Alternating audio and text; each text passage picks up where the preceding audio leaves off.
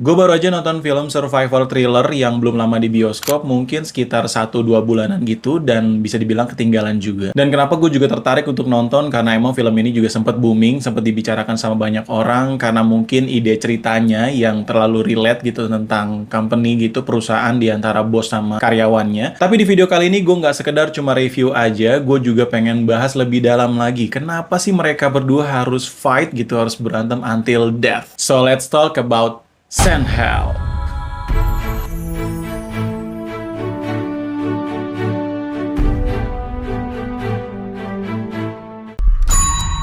Frank with you.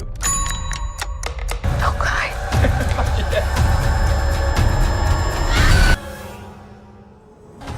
Trying to keep us alive.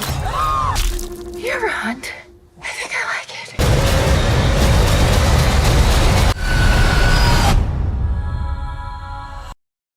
Hai film lovers, welcome back again with me Ali dari Film Lovers Indonesia, teman filmmu. Dan untuk di video kali ini, gue nggak cuma sekedar review aja, gue pengen ngebahas lagi tentang plotnya gitu. Kenapa sih kita harus nonton dua orang ini survival di Pulau Anta Beranta gitu. Sampai lama gitu ya, mungkin durasi film ini 2 jam kurang gitu ya. Gue juga nontonnya sampai kayak ngerasa bosen-bosen dikit gitu ya, karena emang nggak banyak gitu, banyaknya konflik yang diulang-ulang aja. Dan pasti kalian yang udah nonton film ini juga ngerasa seperti itu gitu. Mungkin ada yang ngerasa kayak gue, kayak bosen, atau mungkin ngerasa kayak biasa aja gitu. Emang seru di awal, tapi di akhir terakhirnya gimana gitu. Dan gue juga ingetin ke film lovers yang belum nonton film ini supaya nonton dulu, karena ini bakal spoiler alert, karena gue lebih kayak fokusin ke bahas dari plot story-nya gitu, tentang ide ceritanya. Tapi sebelum itu kita bahas dulu film Sandhell ini yang belum lama tayang ya di bioskop, bercerita tentang seorang karyawan gitu bernama Linda yang sekitar 7 tahun di company-nya menjadi marketing atau apa gitu ya di jabatannya. Di samping emang dia orangnya kayak so asik gitu ya, pengen banget terlihat atau gimana gue nggak ngerti, tapi kenyataannya dia selalu dikucilkan, selalu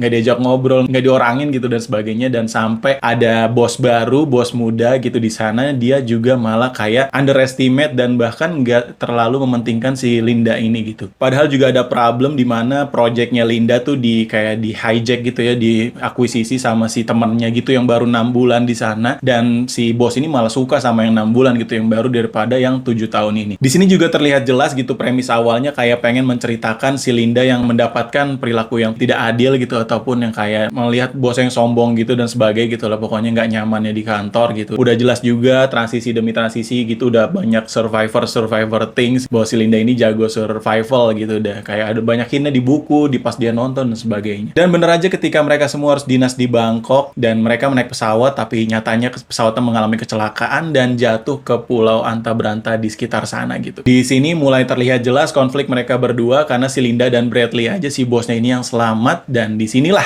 terjadi turning point gitu, dimana yang tadinya bosnya berkuasa kebalik gitu, nggak punya apa-apa, nggak punya kuasa di sini dibanding dengan si Linda. Dan itulah gambaran cerita atau sinopsis dari film Sandhell ini. Tanpa berlama-lama lagi, let's dive into the story and review about Sandhell.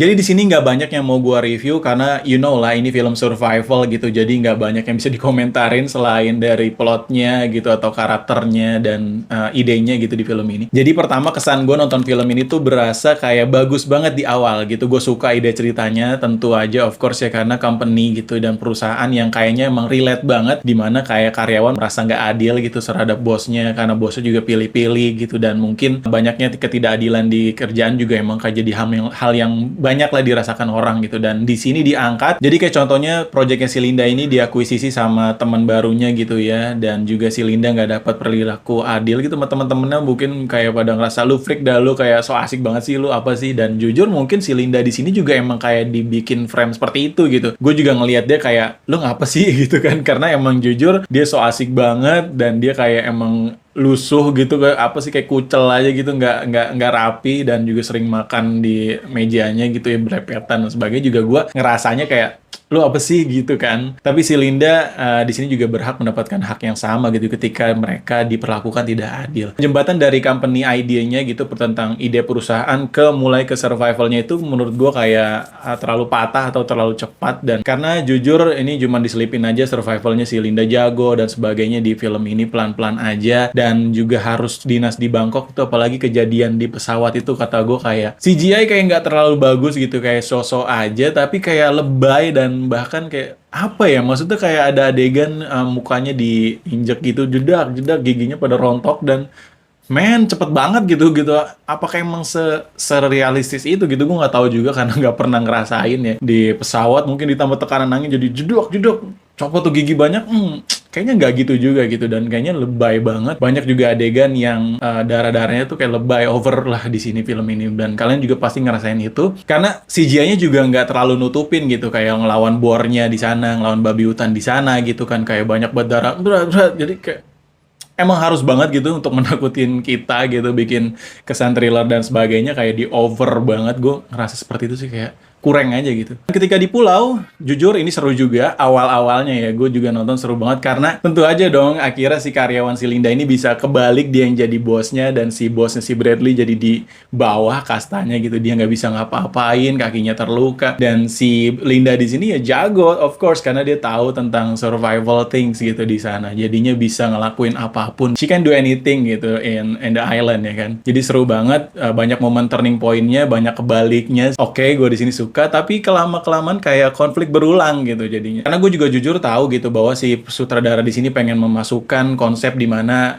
manusia itu dapat betrayal di sini, dapat pengkhianatan si Linda di sini. Jadi kayak emang konsepnya berulang-ulang, si Bradley yang mulai ngambil percaya lagi, terus dia berkhianat lagi, percaya berkhianat dan berantem dan sebagainya. Dan ini konsep yang terus berulang sampai terakhir, dan jadi buat gue kayak apa sih ini, kok awalnya seru tapi gue juga udah underestimate gitu di awal, kayak film ini oke, bagus nih sampai awalnya, tapi mungkin sampai akhir mau dibawa kemana nih, karena survival ya of course dia kalau nggak bertahan hidup apaan lagi, tapi ini malah fokus ke psychological-nya, berantem antara si Linda dan Bradley aja, ngadu keegoisan, ngadu tentang kekuasaan dan sebagainya, tapi kayak terlalu lama gitu, terlalu nggak to the point, dan jadi banyak konsep konflik yang berulang. Dan juga bagian plot twist-nya ya sorry banget, ini ketebak, nggak bikin gue shock dan nggak bikin gue terperangah gitu. Karena ya you know lah, kalau ketika kalian nonton si Linda tuh sebenarnya udah ngeliat kapal yang datang dan dia juga nggak mau minta bantuan. Di sini udah kerasa, oke, berarti si Linda bakal balas dendam, revenge gitu sama si bosnya. Jadi gue kayak udah expect, pas terakhir ada villa gitu, jadi kayak oke, cuma tambah-tambahan aja yang sutradara dan nggak bikin gue wow banget. Apalagi juga endingnya juga mereka tetap berantem gitu kan. Segitu aja yang bisa gue review dari film Send Help ini, dan kita masuk aja langsung ke inti story-nya. Kenapa sih mereka itu harus berantem sampai death gitu ya? Why gitu? Kenapa film ini fokus cuman kayak mendalami ego mereka berdua gitu, mendalami tentang sifat natural manusia gitu ketika bertahan hidup, jadi mana yang jadi bosnya gitu atau menjadi rajanya ketika mereka harus survival, dan siapa yang harus jadi bawahannya. Jadi kayak balik lagi, mereka dibertarungkan sampai akhir ini emang konsepnya juga bertahan hidupnya yang kayak ya hutan banget gitu, jungle banget, kita ngeliat kayak animal banget gitu, keliarannya si binatang gitu di dalam diri manusia. Dan gak cuma tentang saling merebutkan kekuasaan, dimana kayak si Bradley yang emang diam-diam mengambil kepercayaan si Linda tapi dibuang lagi, tapi pengen ngebunuh dan sebagainya atau gimana, itu kan berulang-ulang lagi untuk mendapatkan kekuasaan. Dan mungkin alasan yang kedua kenapa mereka harus berantem sampai death itu, gue bisa asumsikan bahwa karena ada konsep betrayal-nya di sini atau pengkhianatannya. Dimana kan si Linda tuh pernah bilang gitu, pernah cerita sama si Bradley bahwa dia tentang suaminya yang mengalami kecelakaan karena si Linda juga ikut kesel di sana dan ngambil keputusan buat kasih kuncinya, kira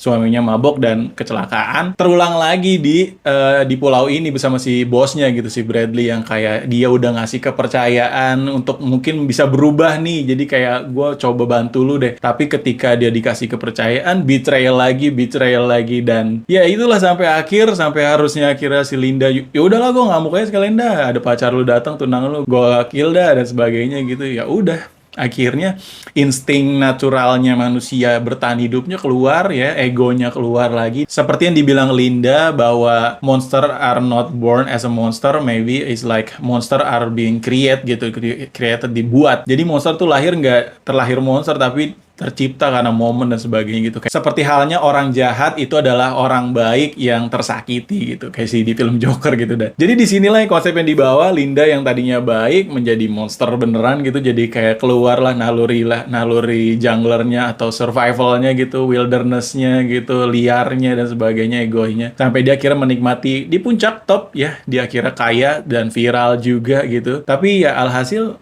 nggak ada yang bagus gitu, nggak ada yang bisa kita bela di film ini karena semuanya salah gitu ya. Si Bradley yang sombong dan egonya, si Linda yang kemakan sama nafsunya dan sebagainya.